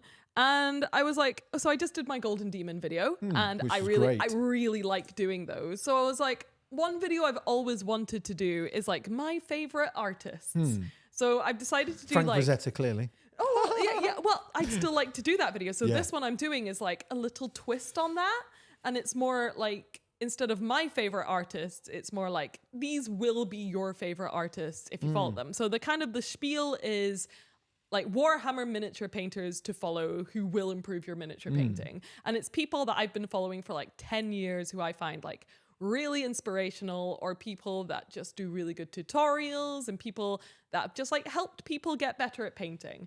And it's like 10 people plus like 1 million people in the honorable mentions because I felt really bad. Rob Slapchop video is an honorable mention. Not Rob. Rob's really upset. I was really offended because she was reading the script out to me and she was like, I was this like, artist, here's my honorable this mention. artist, Rob Slapchop video, not me. I was like, come on. Yeah, it's like Hendarian, Infernal Brush, NRM Paints, Rob Slapchop video. But not Rob, specifically. You only did one painting video. Which went wild. You only need crazy. listen, you only need to do one. Yeah. Neil Armstrong only went to the moon done once. so many. Like, he only had to do it one time. I live on the moon. Yes, she does. But yeah, I thought I'd do a video which is basically just artists to follow who will help you get better at painting. Smart. I thought that was really cute. But I've been really sick. So wee woo. We woo again. Wee woo. Wee woo. We live in Nottingham. Wee woo. Okay, but that's okay. That's all right. And I think it's good that you talked about The thing is, like, I still need like another week to do my Gundam project. Yeah. But I think that's fine. Yeah, it's so fine. Because What's the deadline on that? it's 17th of November. Oh, okay, so you got a soon. bit of time. It's a month, less than a month, because I'm me and I like to be early for Yes. things. So I'd like to get it finished a makes- week before, so I can do like proper photography session and stuff like that for the. But yeah, I'm big yawn. Sorry, Rob just did a big yawn and I drew attention to it. So. It's because we're boring him. Sorry. Cutting all of this out. That's fine. Peach, what have you been up to the past week? I'm sorry this has taken so long for us to get That's there. fine. That's okay. So I've done a couple of videos which I really enjoyed. I did the Maladin one, which went down really well. It went down really well. Yeah, well. people loved What it. are the comments about? Like they were saying Super this. positive. There was one or two, like, it was the way to describe in the title. So, like, how do I describe this game? Because if I put Dungeon Crawl, it's too long for a title. If I put game, people could misconstrue that as a video game because looking at the boxes. Game is such a generic Yeah, term. so I put war game. Yeah. And then there's a couple of people who are going, it's not a war game, it's a dungeon crawler. Yes, I know. But I don't care what your opinion is. It's because fine. It's a it fine doesn't- thing to And I've describe explained it. to a couple of those people, like, this is why I made these choices. Just for your, I want to pass that information on. I want to be helpful. You're clickbaiting us. This is it. I mean, I've been accused You're of not, that. don't I'm worry. not. I'm just like, there's only one way to describe this because there is some fighting involved. If I put RPG again, that's pretty. It's either jargon generic. if you don't know it. It helps people understand what it is. Like it's such a You're fighting in non-problem. it. You're warring, and it's a game, so it's a war game. Yeah. Also, it sounds like the dungeons that you go into sound like war games. Yeah. It is a fight in these dungeons. Fighting getting in, fighting getting out. All those manacles, the swing, the clanking, the shuffling of leather. and it's really hard breathing with that zip across your face. So bad. I was hoping to hire a gimp master to introduce that video, but Mrs. Peachy Hiring let me. it. You can just borrow mine whenever just you do it. like. But yeah, I did the Maladin video. I really enjoyed that. And then there was, I got given a lightsaber by End Sabers because you kind of We mentioned love to End me. Sabers. They do very good lightsabers. And they were like, when we send it to you, you've got 6 weeks to make some kind of content that features our lightsaber. And I was like, I had all these ideas of things to do. And as it got closer, because I had other videos or like there was actual sponsors that need to be done for certain times. And I'm like, I really need to do this video. And I was like, how can I tie it? Because I like to try and make the video, if I've got something like that in it, kind of tie or like some element that makes sense. And I thought, what, something I've been wanting to do for a while is object source lighting or glowies. OSL. But there's so many talented professional painters out there that do really high-end ways of doing it. But I want to do it to as Luddites, as masses that don't have that kind of time to show a quick way of doing it, which is what I do, which is I tend to just dry brush the area because it picks out the raised areas, then use like a little bit of that colour wash down to then just blend it with the clothes a bit. And it then works just get a really bit well. I lighter. remember you doing that back on Warhammer TV a few times. Yeah, It looked really good. It's quick, it's dirty, but it's accessible. And that was the point of that video. And that's done okay. It was like really underperforming at one point, but then it kind of like picked back up again. Yay. This week was meant to be a video about, so there's Eldritch Foundry that do your 3D design and then you get to print them out or you get the STLs. And they sponsored me to do a video, and I've not got round to doing it yet because I was going to get a 3D printer. Elegoo reached out like, "Can we send you a 3D printer if you want to talk about it?" I was going to combine those two things together. Fuck you, Elegoo. And No, me a no, 3D we say printer. we No, say they're we great. love you, Elegoo. So there's lots of. What was going to be one video where I show off their printer, but it's about Eldritch Foundry making the character, creating a character, painting the character, having a bit of fun with that. I feel now after this week it should be 2 separate videos. Okay. So the video will just be like, That's no bad thing. I made this cool character and I painted it. Wicked. This is how you go about making a cool character. Yeah. What I've done with that is I've sent, and this will relate to the other video, is I've sent off to get the actual model physically made as well as get the STL because I want to compare See if their like at home versus me. Yeah. Because I actually think at the moment it's probably for someone that doesn't know about 3D printing, just buy them. Just buy the 3D prints because it's Off of people who print stuff. off of people that know what they're doing. Yeah. It's much easier. A lot of people say that. Yeah. It's just like, just go on Etsy. Just for the hassle, but I've learned so much in the last 3-4 days. Yeah, so can we ask you about that? Like, so you basically have popped open a 3D printer, a resin 3D printer Yeah. for the first time. First time. So Brand I've this is me being completely honest. I was so scared about opening that and starting this. Yeah. I'm like, I need weeks. I need to catch up on videos so I can have like I guess a repository of videos or a library that I can then release while I'm trying to work out how this goes off. And I thought, I've got to bite the bullet, got to do it. So I opened it. The instructions are so well done, right? Oh, good. So literally everything that's gone wrong is user error. It's not the machine. It's not the machine, it's me. It is complicated. It is though. complicated, It's so yeah. There's been complicated. so many little dumb things, and I think this will make great content because it's like, I know I'm dumb when it comes to tech, but I'm not the only person that's going to make this mistake. So me going, don't worry, I leveled the machine. I checked the card to see if it was firm. I then lifted the machine up, carried on with my life, forgot to press 0 to set it when it's at the bottom. Which- And I don't The even believe instructions. in the paper process. Yeah. I'm but, against that. I mean, I followed it all the way through, and every single step. I think the best instructions in the world are Lego, but it felt well enough like I was following Lego instructions, like do this, do this, do this. And I've finally got around to doing a print, and I did the little chess piece that you print out. That prints out perfectly. It's a beautiful print. I'm like, cool, I know what I'm doing now. So I went on to, because I got Chitterbox, because you get like a dongle, because this is the other thing I was like, how do I link it to my computer? How does that work? Yeah. How do I link it to the internet? How does that work? And it's like, oh, there's a little Wi-Fi label you just connected to it's like a little touch screen here. You can connect your Wi-Fi. I was like, well, that was easy. And then it was like, but how do I connect to? How do you send a file? Yeah, over? yeah. And it's like, well, here's a dongle, and it's got all the documents you need, and that's how you download like the slicing program. And this and the other. I was like, what's slicing?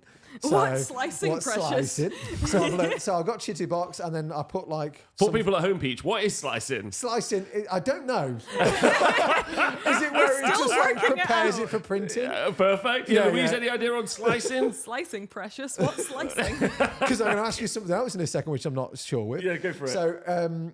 So I basically got some figures that I designed from Eldritch Foundry. I put them on my plate. Yeah. One was blue, the rest were grey. I sliced that one. I had no supports. Yeah. And I printed it out. And I half it printed because I had no support. So I learned, right, I need to do supports. Yeah, I got Perfect. supports. So I put supports on. I'm like, know okay, what those supports are on. So that's like the little scaffold around it. I was like, cool. Yeah. Nailed it. And I put 4 figures on in case one didn't form very well. Yeah, Yeah. perfect. Cool. Put it in. Yep. 1 figure printed. I was like, why is 1 figure printed? Oh, I only sliced 1. Okay, so I need to slice all of them. Yeah. Okay, now I'm understanding this. Good. So control. They're all blue, all sliced. Print them all out. They've all come out. Mega. Fantastic. Mega. I'm happy with that. You've done great. You've done great. And then there was like a couple of prints failed. Why is the print failed? Oh, because at the bottom of the tank, it's now hardened because you did some prints. Oh, you have to need like remove the. My machine's making a weird noise. Why is it making a weird noise? Because you've got shit at the bottom. Yeah, you yeah, need to clean correct. out, Peach. I'm Yeah. like, okay, I'm learning this now. You're learning as you So go along. I was learning with as I was everyone. going. And then I used the wrong Scraper. scraper. You rip the fat. Rip the FEP. Yeah. So I've now ordered some more of that. Yeah. And I was like, I fucked it. So what's your video? Is it going to be like all the mistakes I made? It's going to be, this is what happens when you give a caveman technology. Yeah. And why sometimes I think there is nothing wrong with the printer. Yeah. I What think would you say that there aren't the resources available? So I went on the internet. Yeah. I went on YouTube. I looked at lots of YouTube videos. Some of them are like printing for beginners. They're not printing for beginners. They're printing for people that know how 3D printing works. Yeah. And it's a beginner for that particular machine. Okay, yeah. So there's so much assumed knowledge, and there's a lot of big channels that just assumes knowledge, which is why it's then making me reflect on my channel. Like, I need to be more clear about some things, because sometimes I might make the assumption people know what dry brushing is. Maybe I need to be a bit more clear about and show dry brushing more in videos, because there were so many things like, how do I change this thing? How do I fix this thing? My worst thing is glazes. Whenever I'm like, oh, a glaze of this. Yeah, so yeah, many yeah. people are just like, what's a glaze? And But now, in that video, if you've done a glaze video, you can refer to this video, Yeah. and it pops up in the corner, so That's people why can that was check one that of the out. first ones I did on I had Warhammer that. I watched because I make gaming content, right? That like this is my bread and butter. Yeah. Like I hopefully explain stuff to people that makes sense so they can learn. And then I watched some Kill Team videos because I plan on running some Kill Team events and also playing some Kill Team. A shout out to John. I love John Scrivens loads. Yeah, And we John's love Scrivo. been really helpful because I've like literally just like personally messaged him because he makes a bunch of Kill Team stuff. But I watched like 2 videos, one of them which was super popular from people who I really like, and I was like, lads, I've learned nothing. There's just so much in. I've in 10 minutes I've asked so many questions because I remember last year I made how to play 10th edition 40k video, and Tom was like, you've got this, bang it out. Like, I'll make any graphics you need, get going. And then I was like, dude, it's an hour and a half long. And he's like, why? Yeah. And I was like, because there's nothing you can't. You can't leave anything. You can't glaze over anything. You can't glaze over anything. You Yeah. can't leave anything out. He's like, did you really need to do about fast rolling? I'm like, yeah, because that's I important. remember you just being like, every single part that I've talked about is necessary, and I'm like, I get it. Yeah, Yeah, like, yeah. And I felt really bad about it, but like, you know, like the video was did pretty well, which is Yeah, nice. yeah. But like, I feel like sometimes you really feel like you're over explaining. Yeah, You know what I mean? But like, I can you understand wanna, if you you feel, want to be short and snappy and catchy and all that, but like, yeah, you want to be engaging, right? yeah, that's the word, engaging. yeah. So I'm under the impression this one I've got, this Mars Ultra, is supposed to be like very plug and play and very new beginner friendly, and I can see that, and it is a user error, not a machine. And there was loads of people on my Patreon and like other folks, including yourself, that would happily help. But I was I ended up resorting to you in the end because you were just on fast dial pretty much. It's Rob on speed And I dial. think I would have solved that problem eventually anyway, but it would have taken me longer. But the reason why I didn't want to reach out to people and I didn't want to ask like the guy who sent me the printer is because I want to be in that same journey that because no one else is the going to new get person that. How is does that. anyone learn? Yeah. So no one has a Rob on speed dial, or the guy who sent me the print on speed dial, or like 20 patrons that do 3D printers on speed dial.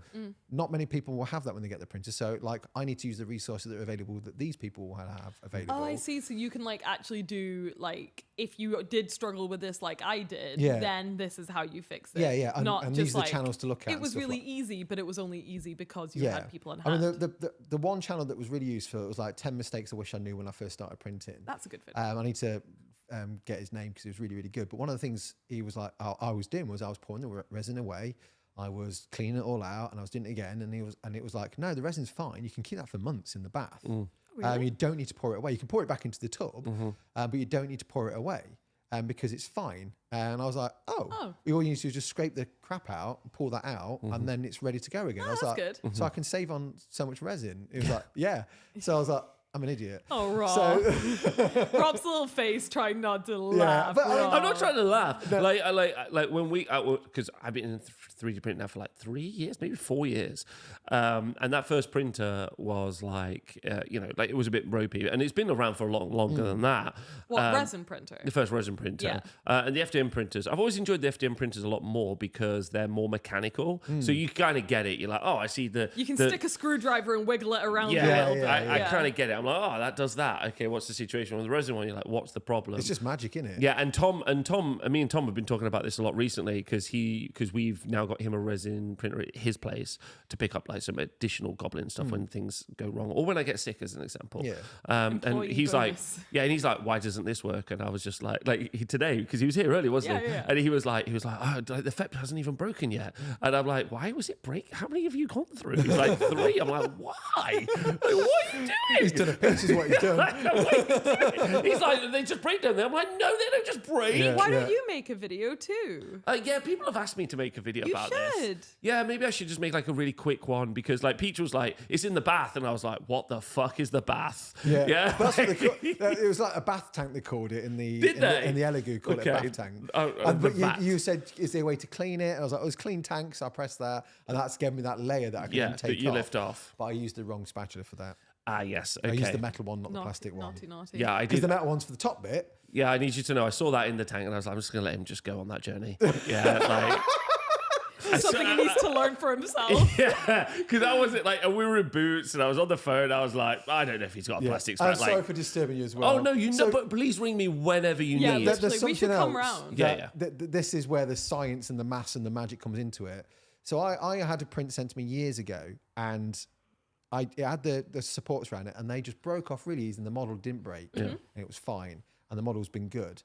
The ones I've got, they're quite sturdy and hard. So obviously it's about washing and curing. No, it's not. Oh, is it not? Yeah, So- you need to do thinner supports. I've got the thinnest ones. Oh, okay. Okay, so there's a Goldilocks section in 3D printing. Okay. Right. So like Peachy has said, when you're 3D printing, it's a plate, and the plate traditionally, although not always, effectively goes up and down. And what it does is at the bottom of the plate is a light, and the light cooks Layer by layer. layer by layer, and it goes down, cooks a bit, lifts up, cooks a bit, and the supports help keep that in place, and then you print up. Absolutely perfect. What you're always fighting between, and I know 3D print bros are going to come at me now, is you're fighting between the length of time it takes to print it, the sturdiness of the supports, and the pitting.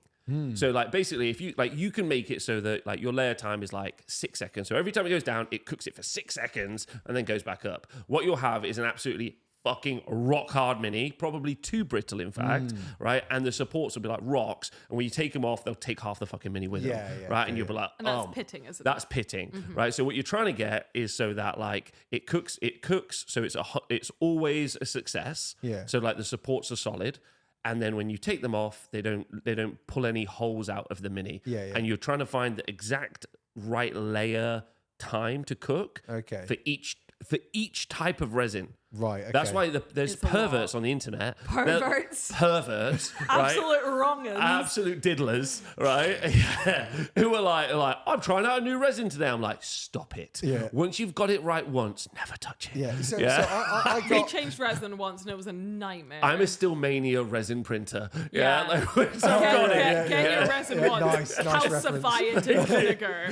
I got a sheet from Elegoo which had like, this is the Mars Ultra 4, this is the grey resin. we What sent do you. they know? And then these are the settings. So I looked at it, I was going, where do I input those? Are they on Chitterbox or are they on the machine? Because I can't find a way of putting. They're on Chitterbox. Okay, so I put that on Chitterbox. So what you're doing, and I'm sorry for everyone listening. No, this if is really too helpful. much. This is really so helpful. what you're doing is when you get a 3D file. Yeah. You're putting it into a slicer program, and that slicer program is basically saying, "Hey, you've got a file. What do you want to do with this?" And you're like, "I'd like to have some support, so you can do that." Yeah. And then when you're done through that, and I'd like to have 7 of them on a tray. Great. Yeah. And then when you get to the end of that process, what it's saying is, "How long do you want to cook this for?" And you're like, "I don't know. Like, what's good?" What's And good? I guess what the answer is.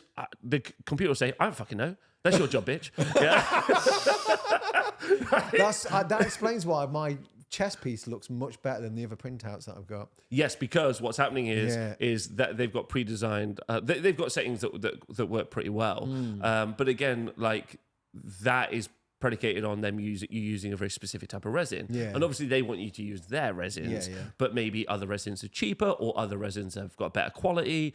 And just by the way, for the people, I don't want to get shouted at. Is that okay? Because Yeah. they will shout at me. I'm fine with you not being shouted at. Yeah. When you do 3D print, if you do also print for too long, you get something called blooming, where basically the detail will go as well. Yes. So there is a kind of like, the classic triangle of like quality, time, and speed. Yeah. Like you are trying to make it so that also your prints are really crisp, and you're trying to do a bunch of those things as well. So You've got it down pretty good with the Rascal Town Goblins. I'm super lucky that like, I can dedicate, this isn't something I do in my spare time, so I can just be like, I have to spend 2 days today like working out what this is.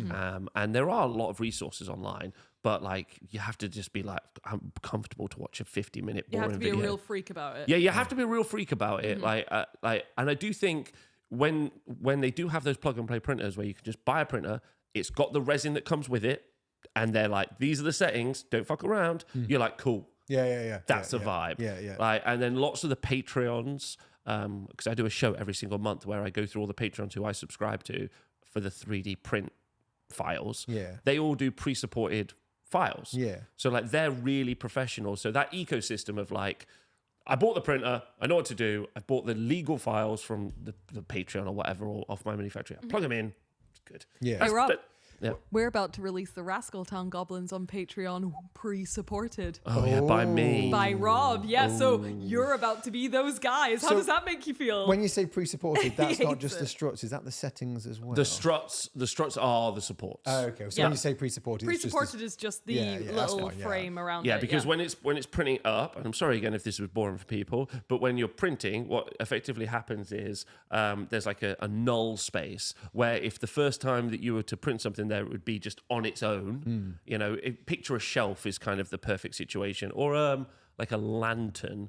Like, because like an L lantern or a hangman, or like someone being hung. It's a dark way of describing it. Okay. But like, imagine someone being hanged. as you're printing it, the first time you would print out like the L shape, it would just be into nothing. Yeah, when you get to his feet, Yeah. it's like, what's that supported by? Exactly. Yeah. So what you do is you put supports so that they grow the shape up until that point, and then you'll take them off. Yeah. That's what they're for. Yeah. And so loads and loads of files are like pre-supported, which is great. But yeah, you've got to pre-support all the goblins. I'm fine with that. I found a new YouTube channel yesterday where Exciting. someone was FDM, so plastic printing minis, and they looked really good. Oh, Oh, shit. really? I walked in and it's getting crazy, Peach. So you can't even see the it's- layers. it's- You can see the layers. But- I would have said before, like, obviously don't fucking print on FDM. It's gonna look like Yeah. garbage. Yeah. But I it's was like, getting good. they're doing tanks. Oh, we have to show Peachy. Yeah, I'm going to show you later. It's They're gonna doing blow your mind. They're doing tanks, and that tank just looks like It looks like it's a Games Workshop tank. it's a Games Workshop tank. And Oh, wow. they've just been like, it looks 1 for 1. Obviously, Yeah. we don't support piracy. Yeah. Don't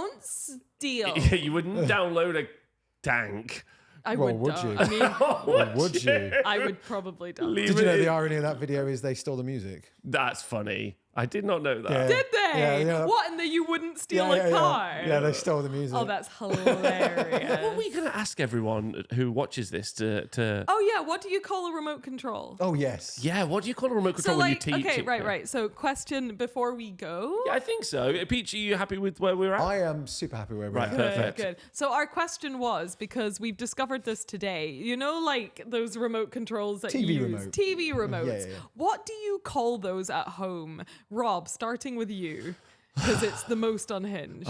Is it? No, Yes. Yes. I call it a bodger. That's weird. It's not You're weird. A freak. What's yours? I call them a bleeper. That's Bleeper. It That doesn't is even weird. bleep. Doesn't Doesn't bleep. Doesn't bleep. Doesn't bleep. Beeper. I call it a dibber. A dibber is weird. Dude, I think Rob's is the bodger is Bodger. the weird. It doesn't bodge, Rob. It doesn't even. What is bodge? At least mine's a fucking verb. Like, is that an adjective? I don't know. It's not an adjective. I know. Okay, yeah, let people know. And so what you both doing? Louise, you're releasing your video, but you're also quickly before. Oh, we're going to ComicCon. You're going to you're going to ComicCon in a couple of days, right? ComicCon. So by the time the video out, you'll have been to ComicCon. Yes. Yep. Why are you both going? Because it's fun and we're friends. That. Fuck you, buddy.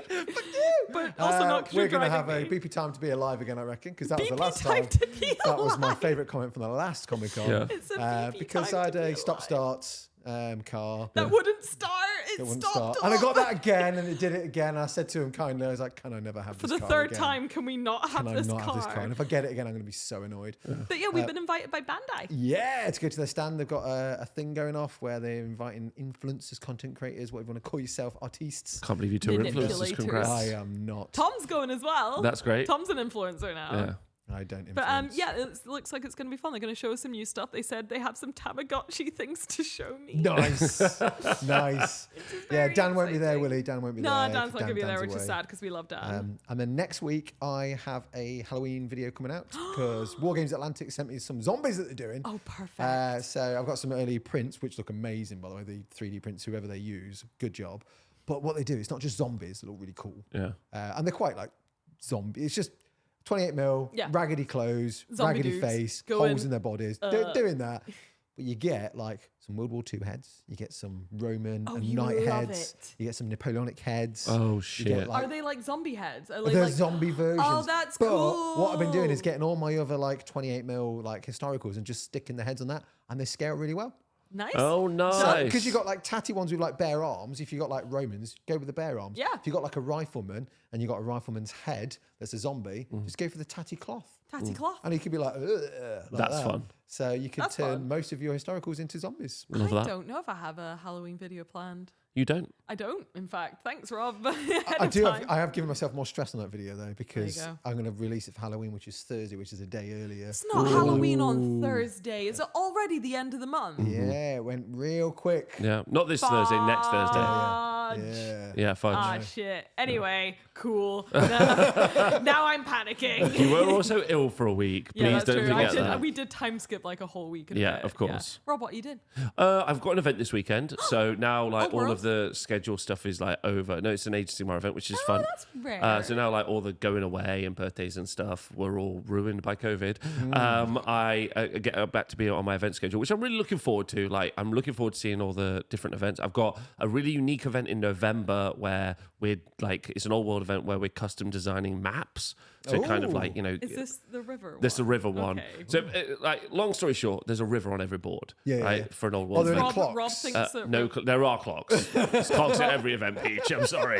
Rob thinks that rivers will fix everything. No, it's not necessarily about that. So what it is we run events here all the time, and I actually really, really want people to come back. But I can see why people might be like, I don't want to keep going to the same place, which is super fair. Yeah. So I'm like, okay, as an event organizer, it's my job to make it really interesting and exciting.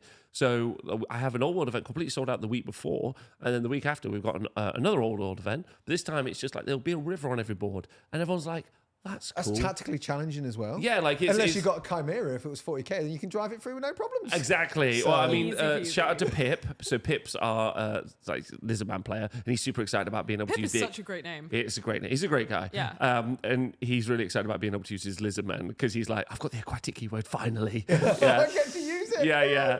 Because it's like normally when events happen, they're like once a year. Yeah. Right. And so they don't normally tend to generally deviate. Like they've just announced Salute, right? Mm-hmm. And Salute has got a new theme this year. Highlander. It's all kilts and stuff. Oh. Yeah. Not yeah, Highlander, the No, movie. not maybe though. Maybe. You could do a Highlander cosplay. And you can do your Stillman things as well. But There you what about a goblin that is literally the Highlander? No, we've already. Oh my god, the one. The one. The goblin one. The goblin one. maybe you only do one and it's in one of the boxes. Oh, like a golden. I love it. Oh my god, like a golden ticket, Yeah. but not We £4,000 from Olivia. We will cast one golden goblin. And if you get that one, then you receive one golden goblin. That's the I prize. actually love that, except we'll probably do like loads of them. It's fun. No, It's more just fun. one. No, it's more fun if everyone wins a prize. I'm such a shit mum. Anyway, yeah, I'm running events and I'm getting back to making videos and I'm really excited about it. I'm happy you're back. Louise? I'm gonna do more Gundams and not sleep. God damn. And finally sleep. Oh, thanks everyone for tuning in. It's lovely being here. And then, shout outs. Anyone got shout outs? Yes, I want to shout Oh, yeah, we're doing those these days, aren't we? No, Yes, we are. Yes, we are. I want to shout out Morgan, Chris, and Jack for making a really cool book. Oh, the Doom Song book. The Doom Song guys. Yeah, they smashed it. They worked really hard. They should be proud of themselves. They should be proud Peach. of themselves.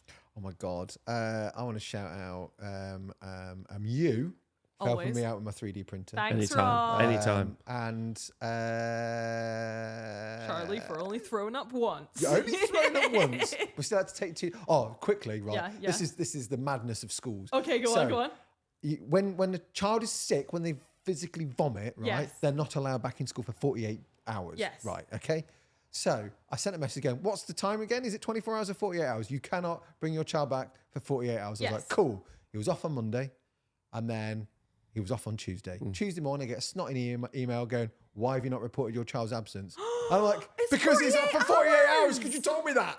Like, what was it supposed to be? Am I supposed to update you that he's still ill and he's still not coming in? Yeah, because they said 48 hours. Cool, I'll see you in 48 hours. Which and is if he has Wednesday. another- So I found that really odd. Yeah.